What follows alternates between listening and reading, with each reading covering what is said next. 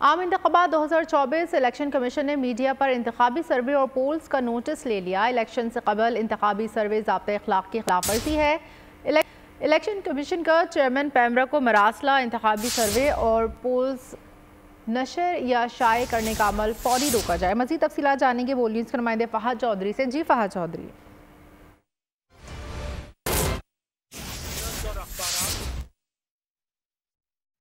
जाते हैं वो नशर होने का नोटिस ले लिया है, सख्त नोटिस लिया गया है, मरासला लिखा गया है इलेक्शन कमीशन की जानिब से चेयरमैन पैमरा को, जिसमें ये कहा गया है कि ज़ाब्ता अखलाक की खिलाफ वर्जी करने वाले मीडिया के खिलाफ एक्शन लिया जाए। बाद चैनल पोल सर्वे नशर कर रहे हैं और जो कि ज़ाब्ता अखलाक की खिलाफ वर्जी है और ये सरगर्मियां वोटर पर असरअंदाज होती हैं, वोटर की राय पर असरअंदाज होती हैं और इलेक्शन के अमल में खलल डालने के मुतरादिफ है। और इलेक्शन कमीशन ने पैमरा से इस हवाले से तफसीली रिपोर्ट भी तलब कर लिया है।